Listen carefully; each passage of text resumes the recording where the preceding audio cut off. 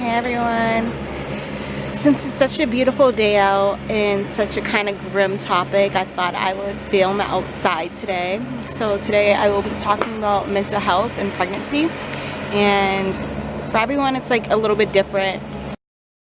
So mental health is such a taboo topic to talk about in our society. In our society we like just shame people if they have a mental illness, and that's really bad. Like, we should actually be normalizing it because many people have mental illnesses, and when it happens during pregnancy it's just much harder, and we should be talking about it instead of shaming people.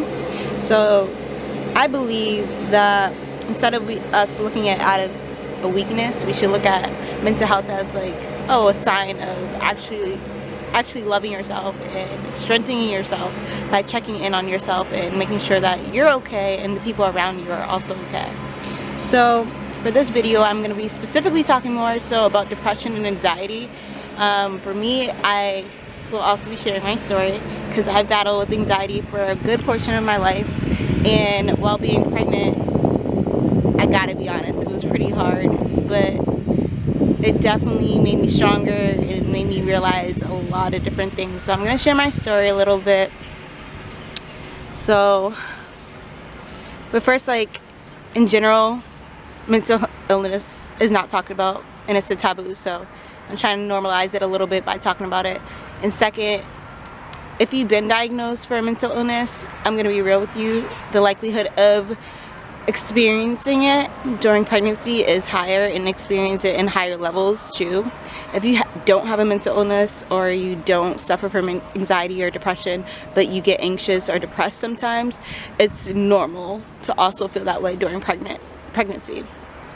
So for me, I'm going to take you back to when I first was given the few signs that hey, you're pregnant, Simone. So the first sign, one of the first signs was when I was at work. I was on a step stool looking at different things, and all of a sudden I couldn't breathe. Like, I was having a really hard time breathing, and then from that I got really anxious and it led to like a panic attack. So I was having trouble breathing, I got dizzy, I got off the ladder, and I started to walk to the break room. When I got there I fainted.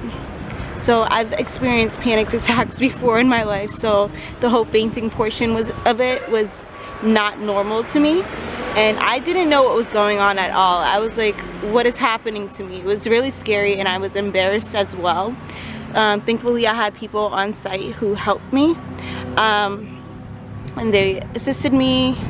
They literally asked me, oh, are you pregnant? And I was like, I don't even know. That was one of my first signs. From there I sought therapy because I was like, okay, if my body is responding into a negative way, then I should probably be looking into what I'm doing. Also, background story, at the time I was working 4 different part-time jobs, putting myself to school. Like, I was in college, had pretty hard courses, and also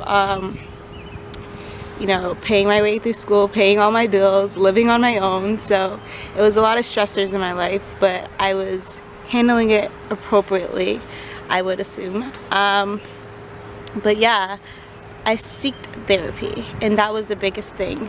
So a few weeks later I had other signs that I was like, yeah, maybe I should definitely get this checked out. So some key signs that you should seek therapy or seek some type of intentional help is when you're feeling very anxious or depressed and it's very taking a toll over your life. If you're feeling like you aren't doing the same things that make you happy anymore, or you're eating less, or there's just a huge difference in your emotions and how you feel, your self-worth, all of that, definitely seek help, because it's just a major sign for clinicians to be like, oh, okay, this person is not their usual self, so let's gear towards what's wrong. So yeah, that's one thing. Another thing is when you feel alone. If you're feeling alone and you really just need someone to talk to, therapy is always there. Therapy is just a good essential way to be like, okay, this is how I'm feeling, and just talking about it is very helpful as well. One key thing that I always stress to anyone is if you're feeling like if you're feeling that you want to self-harm, or if you're feeling that you have any thoughts of suicide, that is a key sign that you should seek help. Because even if you have the thought and you know for sure, oh yeah, I would never do that, the thought is there, and that's a sign like, okay, maybe I should seek help. But more so, like, I should seek help. Do you believe that you should just always make sure that someone knows what's going on in your mind, especially if it's that harmful to yourself or others? So that's a key thing to always do. Another key thing that I would say you should do is seek help when you feel like your physical health is also being harmed in any way. If your anxiety or depression is taking a toll on your physical health, so you're, again, like either not eating as much and you're losing a lot of weight, or if you were like me and you passed out, then you should definitely seek help, because it's just doing a lot of negative things to your body, and you should get very in tune with it as soon as you can and just nip it in the bud type of thing and talk about it, because that will help. My personal story, therapy was a very great help during pregnancy. Like, pregnancy, again, you're feeling so many different emotions. If you're a new time parent or a first time mom, it's just overwhelming. Like, you want to know that you're doing everything right, and then even if people are telling you you are, you still second guess yourself. And so if you're an anxious person like me and you're a perfectionist also like me, it's nothing can really please you unless you yourself is telling you, okay, I'm doing okay. And even then, it's just like a lot of anxiety that goes along with it. So I'm saying, like, just always having like a second hand or a therapist teaching you different ways to calm your like anxiety or help you be less depressed or any of these things is very helpful. I would say therapy was like a huge step as well. Like, it was hard, but it was definitely worth it. So now I'm currently over 40 weeks, so I'm past due. And I'm waiting for this little one to arrive, but I can tell you, like, throughout this pregnancy, it was both rewarding and both challenging, especially with anxiety and depression being there. I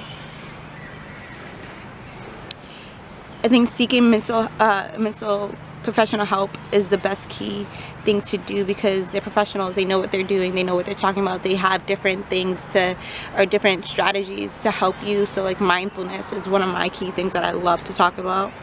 But there's gonna be times where even your therapist can't help you, so you have to help yourself. You have to be strong, and just strong enough to be like, okay, I know what I'm going through is temporary. You can't fix it right now, but I know it's temporary, and I know that I'm gonna get over this hump just with time. So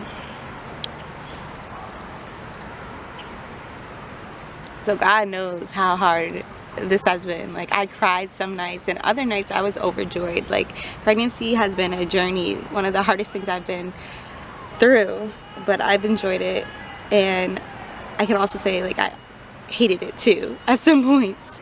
But I have a few suggestions for people who are going through anxiety or depression while pregnant. The first thing is talk to a professional, but also talk to your family, your partner, anyone, like a friend, anyone who may be a supporting factor in your life, because you do need you need a supporting team through this. They might not understand everything you're going through, they might not even get it to like help you, but sometimes you just need to talk and someone listen, not even like give suggestions or anything. So sometimes I tell like either a friend or my spouse, like, right now I just need you to listen to me, not give suggestions, not even say a word, but just listen, so I can talk this out and get it right in my head first.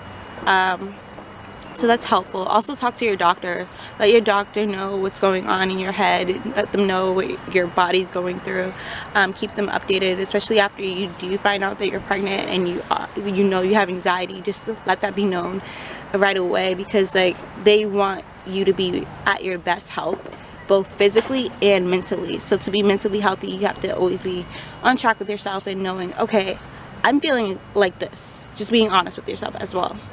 So there might be times where therapy might not be enough, so you might need an antidepressant or something, like a pill or something to help you, and a doctor can prescribe that. So that's also why you should talk to your doctor, because if it is to that circumstance where you don't think therapy is helping or you don't think anything else is helping, they can provide you with it. But that is like the last result that they want to do, because antidepressants is not always the best for the baby, but they will get you on something that is helpful. But prior to that, they want you to try therapy, because therapists can recommend different strategies like mindfulness, and I love mindfulness. Mindfulness is my thing. So this can include like yoga, stretching, meditation, anything like that, and I love it. I love it to death. For me, mindfulness is really relaxing, and I feel like it de-stresses me. So if I'm very anxious, I try to find a safe place and just do some meditation or do some yoga or exercise. Some people just need to exercise to work out their stressors, and that's helpful. I would say even just find a hobby, because some people are just bored, and boredom is never good. Boredom leads to depression. So if you find a hobby like boxing or knitting or like writing, doing a journal, something like that, vlogging, any of that sort, it's gonna be helpful for you, because it gets your mind off of like what's going on and puts a more positive perspective on things, or it gets you to really think about what your options are if you need to think clear about something. So those are some strategies and suggestions.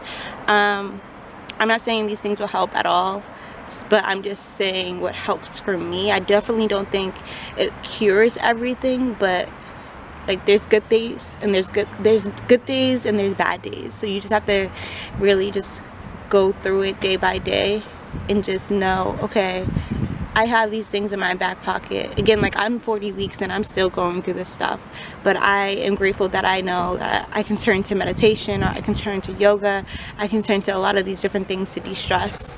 And if those don't work, then I can just have my safe place to just relax and be okay with myself, because I know a lot of times it has to do with self-worth, because again, your body's changing, you're having like different perspectives of different things, your mind is changing, you might be anxious about different things like finances and how am I going to pay for this, how am I going to pay for that when you're pregnant. It's just a lot, and as a mother or as a parent in general, you just want to do the best you can, but as a first-time parent, you never know what the best is, and I think even after that, you still don't know. One of the key worst things you can do as a person who's supporting a pregnant person who is suffering through anxiety and depression is tell them that, oh, being stressed harms the baby. Yes, we do know. I think all of us who are stressed knows that it's not best for the baby, and if we could, we wouldn't be stressing. So a more positive suggestion of what you can say to help a friend who's pregnant and battling anxiety or depression is that, you know what, I am here for you, and if you need to talk about it, I'm here to listen. I don't have to give any suggestions. I can just listen to you, because at that point in time, what they need to do is de-stress. They don't need to be reminded that they're stressed and that they're harming their baby, because at the end of the day, what we want to be doing and why we're so stressed is that we want to be doing everything that's best for the baby. So yeah, there's a few things that are just triggering that people say that does not help me, and I feel like once you know as a person who suffers with anxiety or depression, your trigger words that set you off, just let people around you know, okay, like this doesn't work for me. For example, some people say, oh, calm down. That doesn't work with me. That does not work with me. Do not tell me to calm down. That just makes me more infuriated. So just knowing yourself and knowing that at the end of the day, like, yes, you're growing a baby, you're doing so much great work, and your body's working hard, and it's normal for you to feel some type of stress. It's normal for you to feel some type of anxiety, and it's worrying is normal. But talking about it will help. Talking about it and seeking help is definitely your key things to do while pregnant. So I'm wishing you guys the best. I hope my story was helpful. I hope that if you are battling anything, that you have the support team that you need. You can share your stories in the comments below, and like and subscribe to my channel as well. And remember to always uplift and encourage one another, because we do need each other to thrive in this world. And I feel like a lot of times, like, we just need someone to talk to, especially while pregnant, because again, I don't think anyone knew exactly what I was going through, but it was good to just like listen to other people's stories and have other people listen to me. So hopefully this was helpful. Thank you, everyone. Bye.